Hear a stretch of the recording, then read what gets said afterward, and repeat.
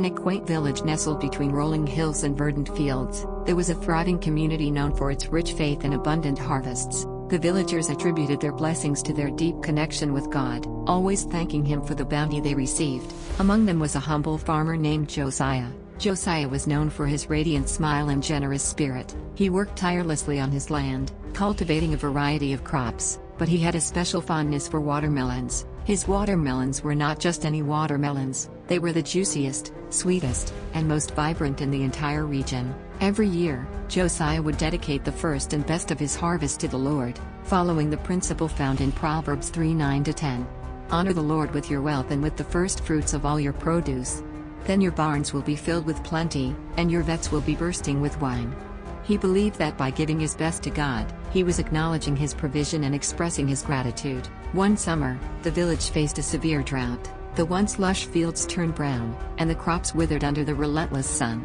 Despite the dire conditions, Josiah continued to tend to his watermelons with unwavering faith, praying for God's intervention. One evening, while praying, Josiah recalled the story of Jesus feeding the 5,000 with just 5 loaves of bread and 2 fish. He meditated on how Jesus blessed the small offering, and it multiplied to feed a multitude. Inspired by this miracle, Josiah prayed fervently for God's blessing over his watermelons, trusting that God could bring forth abundance even in the midst of scarcity. Miraculously, as the days passed, Josiah's watermelon patch began to flourish. Despite the drought, his watermelons grew larger and more succulent than ever before. The villagers were astounded and praised God for this sign of His provision and favor. As the harvest approached, Josiah decided to share his bounty with the entire village. He organized a grand feast and invited everyone to partake in the joy. The villagers gathered with hearts full of gratitude, marveling at the sight of the abundant watermelons. During the feast, Josiah shared his testimony of faith,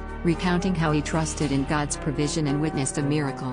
He reminded the villagers of Psalm 126:5-6, "Those who sow in tears shall reap with shouts of joy.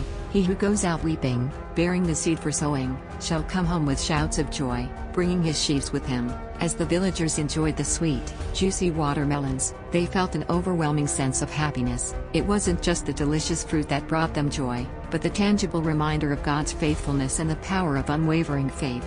They realized that true happiness comes from trusting in God's provision, even in the face of adversity. The story of Josiah and his watermelons spread far and wide, inspiring many to hold on to their faith and find joy in God's promises. The village thrived once more, not just in physical abundance, but in spiritual richness, as they learned to find happiness in God's unfailing love and provision. And so, the humble watermelon became a symbol of joy and faith, reminding all who tasted its sweetness of the boundless blessings that come from trusting in the Lord.